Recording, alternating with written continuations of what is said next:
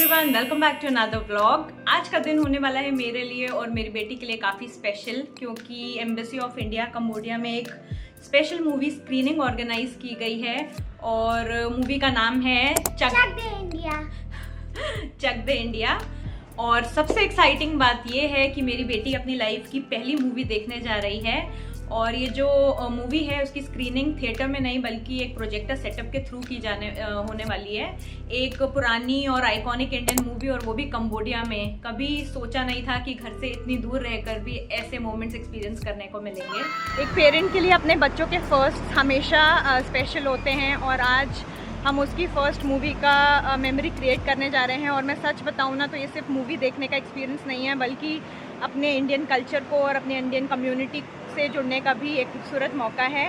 घर से दूर रहकर जब ऐसे इवेंट्स होते हैं ना तो दिल को एक अलग ही खुशी मिलती है। और अगर आप भी अपने देश से दूर रहते हैं तो ऐसे मोमेंट्स की आप वैल्यूज़ ज़रूर समझ सकते हैं। चलिए देखते हैं मेरी बेटी का ये मूवी का फ़र्स्ट एक्सपीरियंस कैसा रहता है और हम इस ब्लॉग को स्टार्ट करते हैं।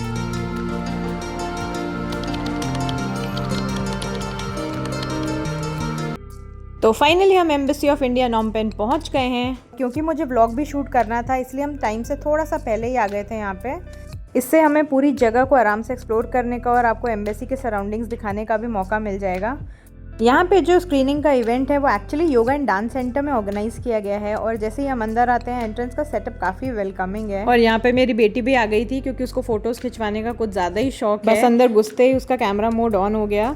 यहाँ फ़ोटो लो, वहाँ फ़ोटो लो, ये वाली अच्छी नहीं लग रही है, ये वाली अच्छी लग रही है। मैं तो बस उसके पीछे पीछे ही चल रही थी और उसकी फ़ोटोज़ क्लिक करती जा रही थी। यहाँ पे साइड में एक छोटा सा कैफ़े भी था। अब चलिए अंदर चलते हैं और देखते हैं आज का दिन हमारे लिए क्या क्या एक्साइटिंग मोमेंट्स लेकर आया है। आप मूवी देखने के लिए कितना एक्साइटेड हो? और यहाँ पे आप मेरी बेटी का एक्साइटमेंट लेवल देख ही सकते हैं आप। और क्योंकि हम काफ़ी पहले आ गए थे इसलिए इवेंट की प्रिपरेशंस अभी चली रही थी। प्रोजेक्टर चेक किया जा रहा था, साउंड सिस्टम टेस्ट हो रहा था और स्क्रीन्स पर विजुअल चेक किए जा रहे थे। क्योंकि इवेंट शुरू होने से पहले की ये बिहाइंड द सीन्स प्रिपरेशन देखना भी काफ़ी इंटरेस्टिंग था, क्योंकि इससे पता चलता है कि किसी भी सक्सेसफुल इवेंट के पीछे कितनी मेहनत और प्लानिंग होती है। अब फाइनली गेस्ट भी आ गए थे और वेन्यू पूरी तरह से भरने लगा था और यहाँ पे मूवी स्टार्ट हो गई थी। अभी मूवी स्टार्ट हुए कुछ ही टाइम हुआ था कि मेरी बेटी ने अपनी डिमांड रखनी शुरू कर दी, घर चलो मम्मा, मुझे बोर हो रहा है। और यहाँ पे आप उसका रिएक्शन खुद ही देख सकते हैं। उसके एक्सप्रेशंस देखकर लग ही नहीं रहा था कि वो मूवी एंजॉय कर रही है। ऑनेस्टली 1 घंटा भी कंप्लीट नहीं हो पाया था और मेरी डॉटर बोर होने लगी थी, तो फिर मैंने डिसाइड किया कि फोर्स नहीं करते, क्योंकि छोटे बच्चों का के मूड और कंफर्ट सबसे ज़्यादा इंपॉर्टेंट होता है। सो फाइनली हम बाहर आ चुके हैं। अभी प्लान थोड़ा सा चेंज हुआ है बट कोई बात नहीं, हर एक्सपीरियंस एक मेमोरी होती है। एक्सपेक्टेशन से ज़्यादा कंफर्ट और हैप्पीनेस इंपॉर्टेंट होती है।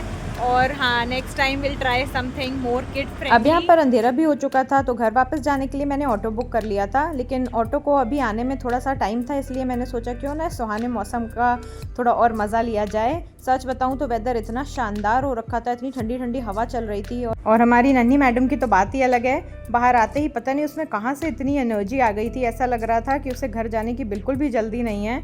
हम बस अभी इन्हीं प्यारे पलों को एंजॉय कर रहे थे, मौसम का मज़ा ले रहे थे और ऑटो का वेट कर रहे थे।